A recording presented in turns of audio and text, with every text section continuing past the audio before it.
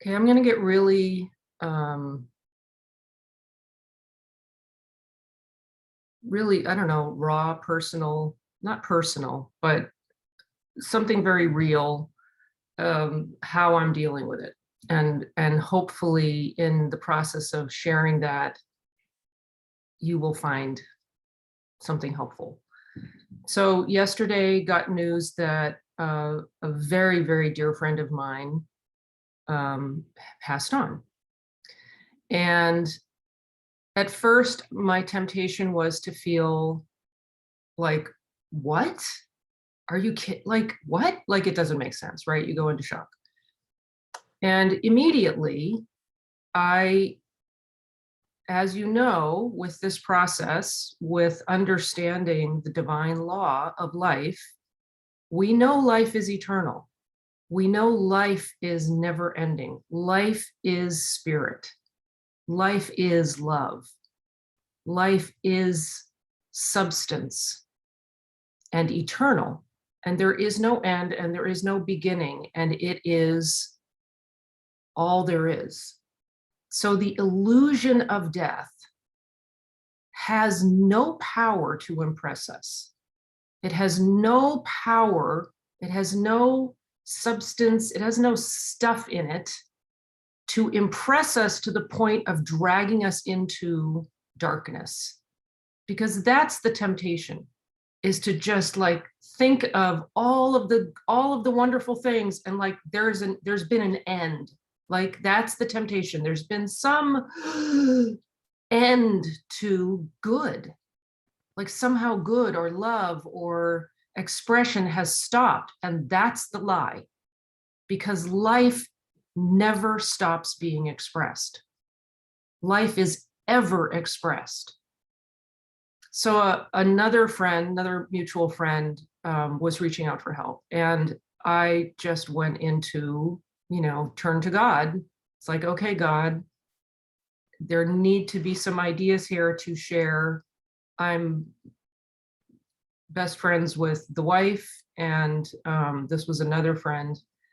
It's like, what ideas will help? What ideas will support and uplift and bring us into the consciousness of reality, so that we're not looking through that dark lens of the false mortal existence belief, looking through that lens and just seeing pitch black.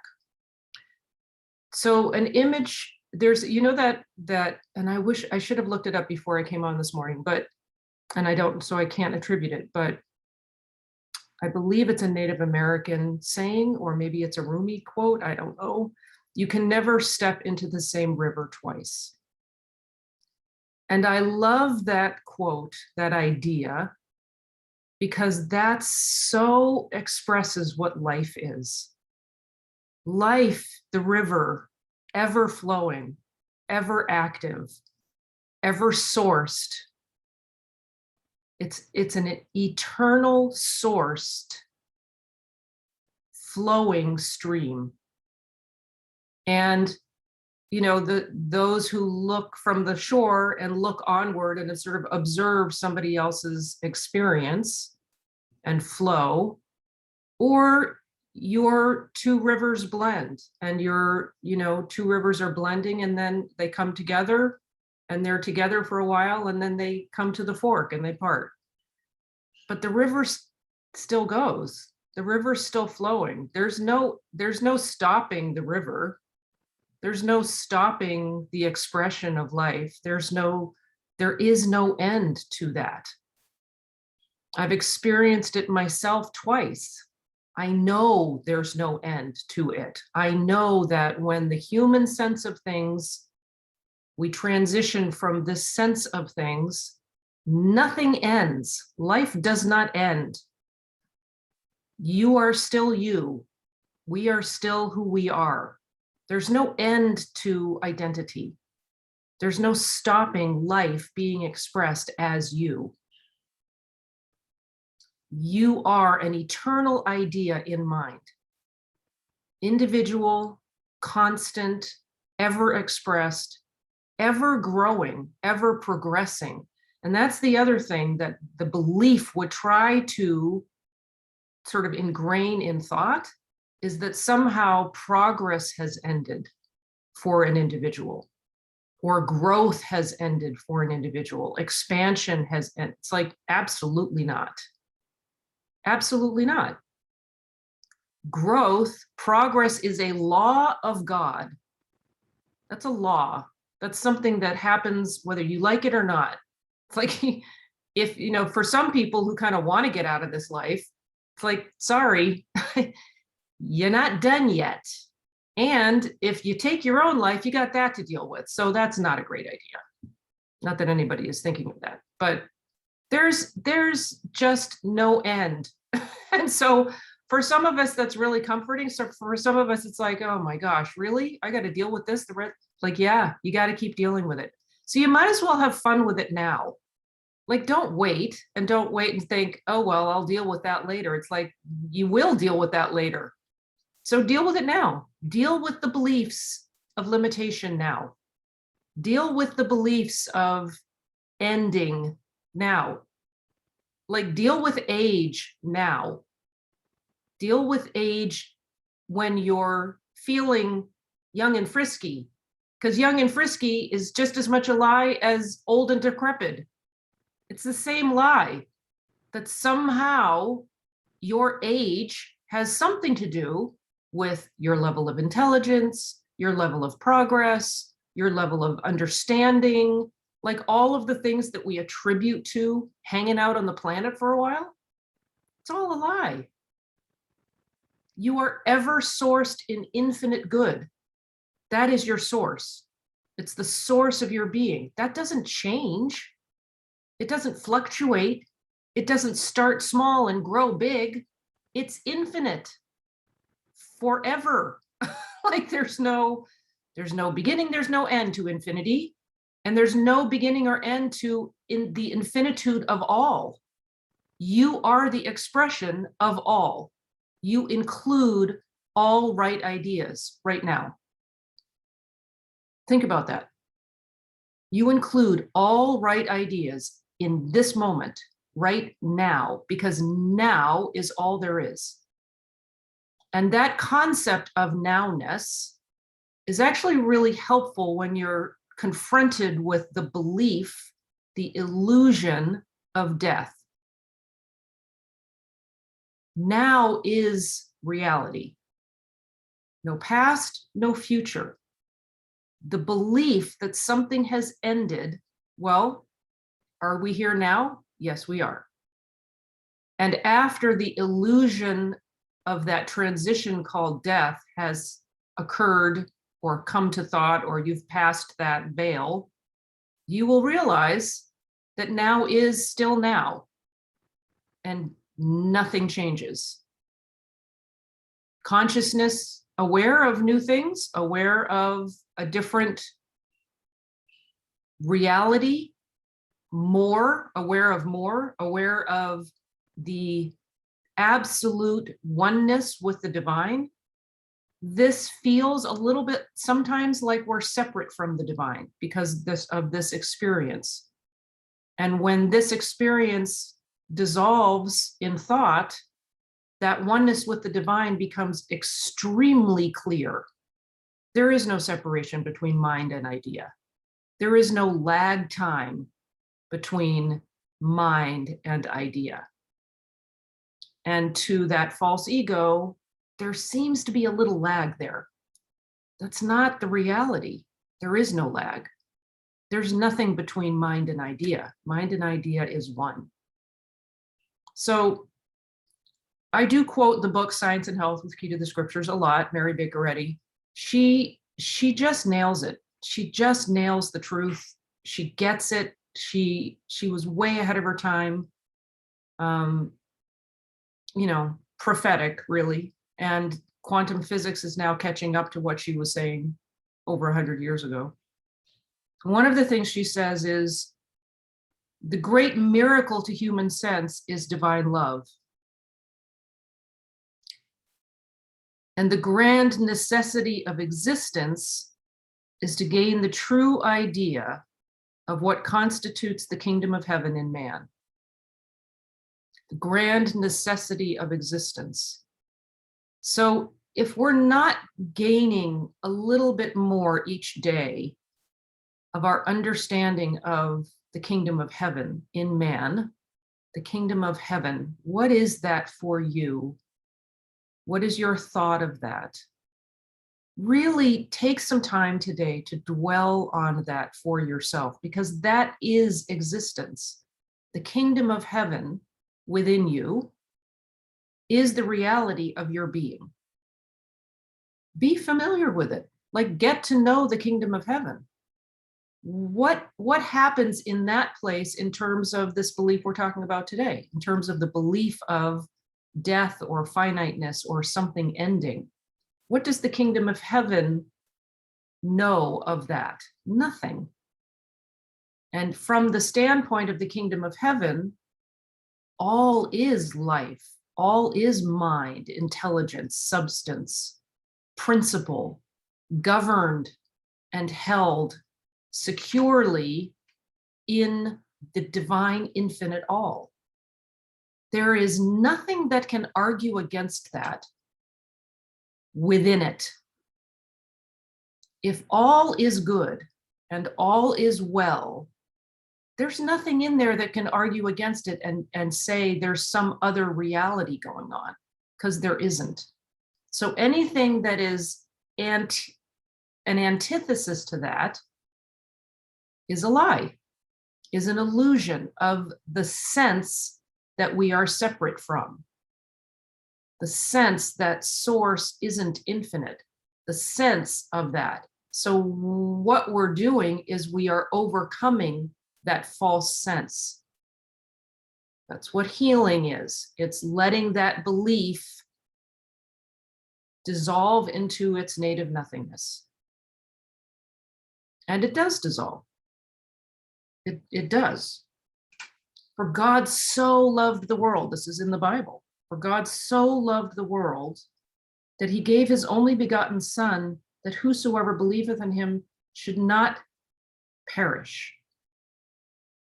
Well, what does that mean? If you're not religious and you don't think of the Bible as sort of a religious text for you, that's okay. It's the book of light. We can still get the light out of it and sort of get past any barrier of religious language. Just don't let that be a barrier. Just get the light out of it, see the light in it, and let that illumine your thought. So what does that mean? God so loved the world. Well, source, God, love, is infinite and ever present. And that love is so powerful that when we feel that we are the child of love, the image of love, that is the source of our being and our very nature, within that identity of ourself, within that thought of ourself, there is no death. There is no fear. When we accept that as who we are. So do you recognize the kingdom of heaven within you? Do you recognize that the source of your being is divine love? You can't have love and fear in the same place. So filling thought with, filling the identity, the sense of yourself with as love, there's no room in there for an end to life, for any good to perish. Good does not perish. Life does not perish. Love does not perish.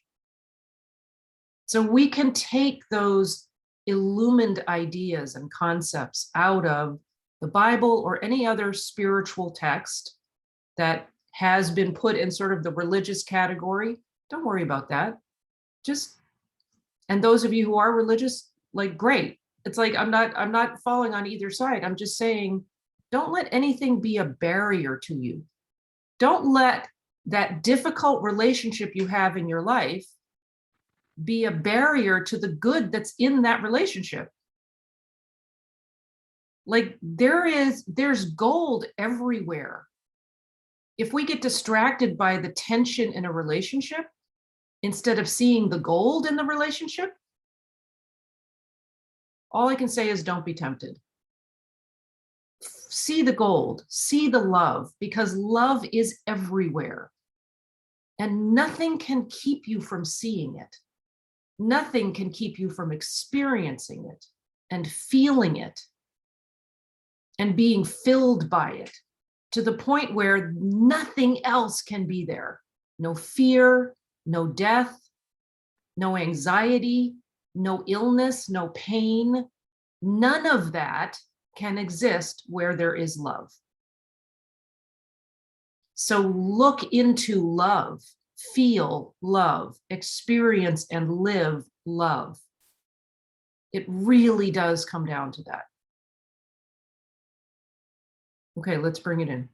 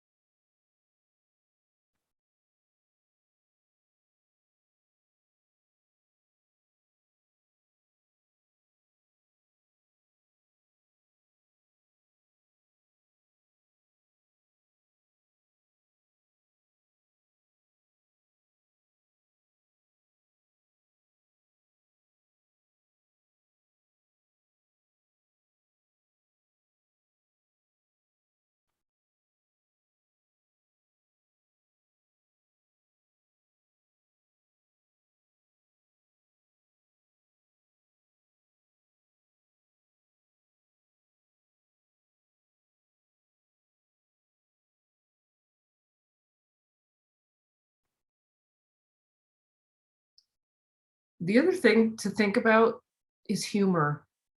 You know, we really can laugh in the face of these lies.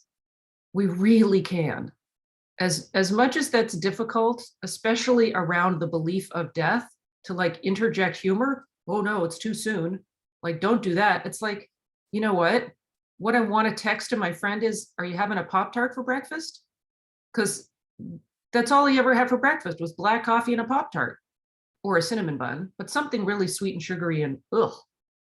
Well, it's like, and those of us who are like, let's all be healthy and not have sugar. It's like, no, it's like junk food. So it's like, we gotta lighten up with humor. We gotta like interject and break the mesmerism with humor and see that it can't bring us down into darkness. Like, find the humor. Mrs. Eddy she has a really great sense of humor, actually. If you read Science and Health, this textbook, look for the humor, because she actually has a really good sense of humor. You know, she always talked about, she knows there's a healing when she can either make somebody laugh or cry. So let's not forget about the laughter side. There's a lot of crying when there are problems. Let's laugh. Let's see through the illusion and see the lightness of being in love.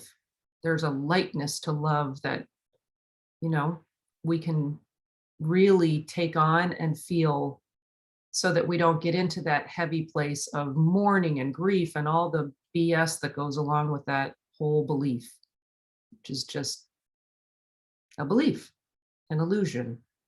Life is awesome. Okay, you guys, lots of love. See you tomorrow. Oh, one little final note. If you're visiting, or you're watching this video because you're visiting, just know that if you want to sign up for November, those of you who are on regular patterns here, you'll get an email, so it makes it easy for you. Those of you who are not on the sort of email thing, just go to lisataylor.com, lisataylorcs.com, sorry, lisataylorcs.com, and just pick Morning Metaphys, and then there are the 3 options. If you're brand new, it's your first month, there's a great deal for you. And then we get to talk, and otherwise just pick your flavor. All right, lots of love, you guys. See you tomorrow.